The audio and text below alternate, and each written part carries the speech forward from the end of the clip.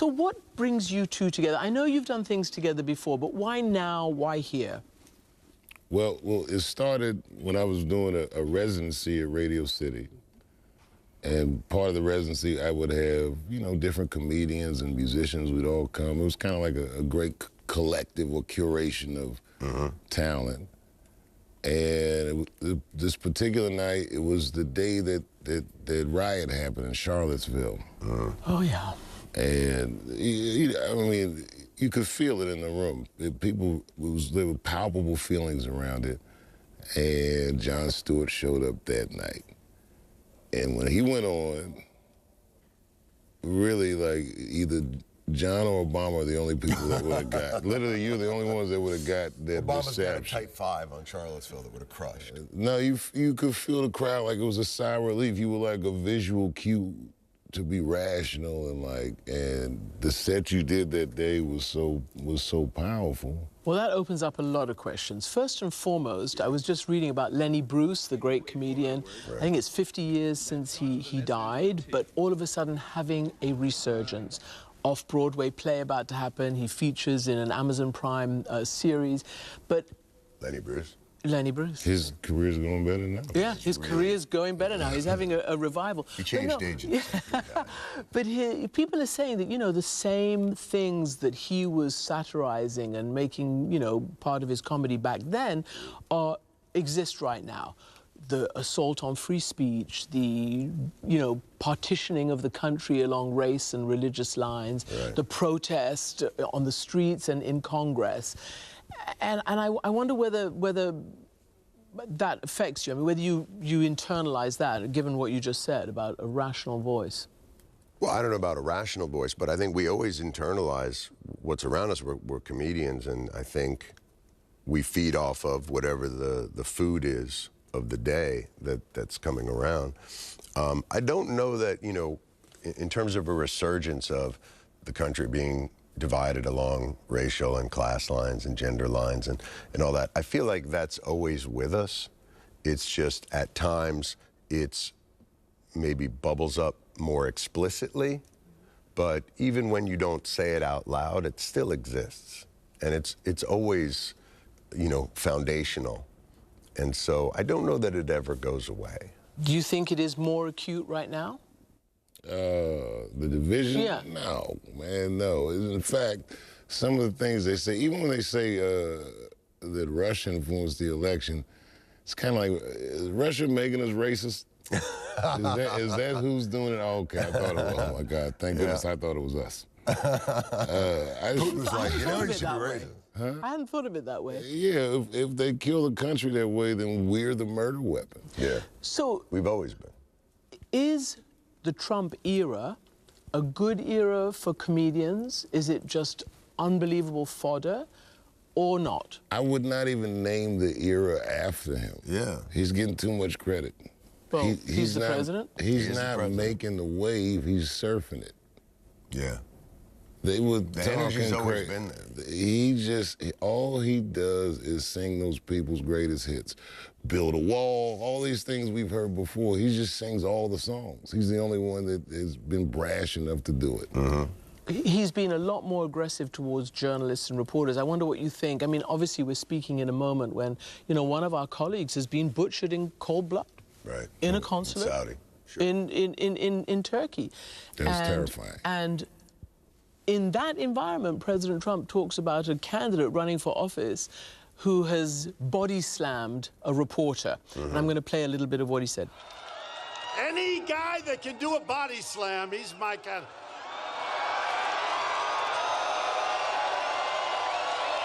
He's my guy. What do you make of that? Because I ask you, because you were sort of the graybeard of journalism almost. I know you hate that, but when anchors started to be less authoritative than they used to be maybe, you know, 20 years ago, well, you were, for better or for worse, considered somebody with authority every night. I think we were the protest vote, to a large extent.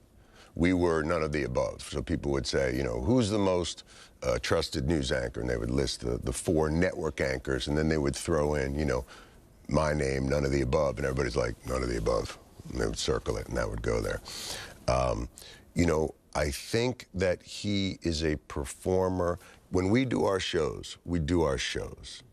And no matter if we're sitting in Royal Albert Hall or like when we were in Copenhagen, we went to this little room called the Zoo. There was, 100 Danish-speaking, somewhat surprised people to see us. And we sat there and we did our show. And we did it.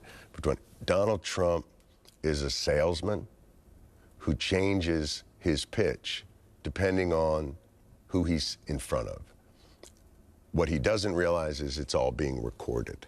And so his pitch to that audience is the us versus them. We're all the victims of this liberal media, of these soft journalists who come out here and lie about us. We're really great people.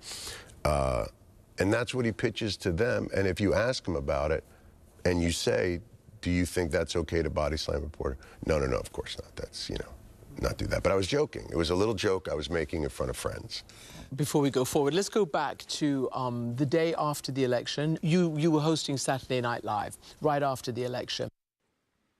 I'm wishing Donald Trump luck, and I'm going to give him a chance. And we, the historically disenfranchised, demand that he give us one too. Thank you very much. Did that dream, desire come true? Has he given you a chance? Or you still want to give him a chance? I think I said the right thing at the right time. Mm-hmm. You know what I mean? I think that we had to recalibrate and kind of put things in perspective.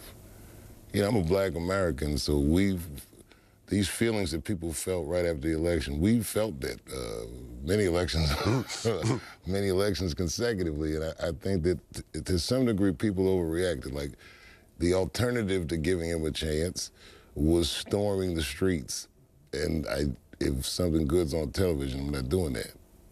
I just feel like HBO has a lot of offerings right now to keep you from storming. Yeah, Game of Thrones is on. That's what I'm saying. I can't make the ride tonight. But I don't know.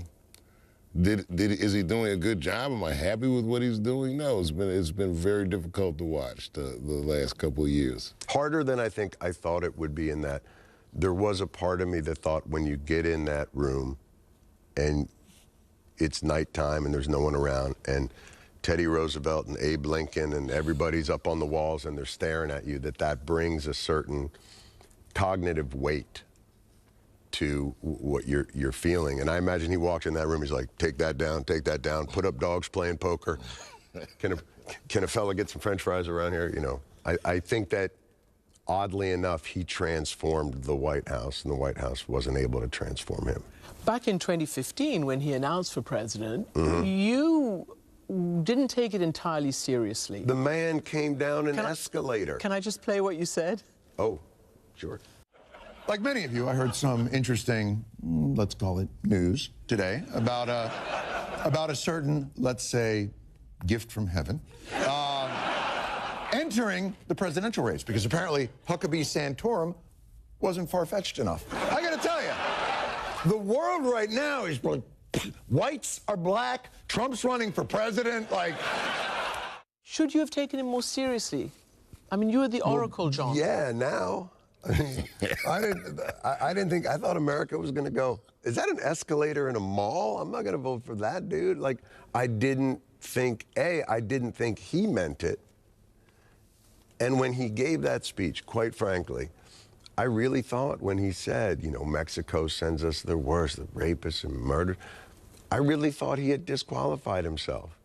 Not to mention what he said about women. About women, about everything that he said there. And I thought, this is disqualifying. For me, though, and clearly I don't speak for, he's been very effective at, like what Dave said, surfing the waves that have been there. I'm watching the midterms. Man, you would think our country is Mad Max Thunderdome. This guy is like, they're coming from Guatemala, they're coming from Mexico, there's a liberal mob that's coming, Muslims.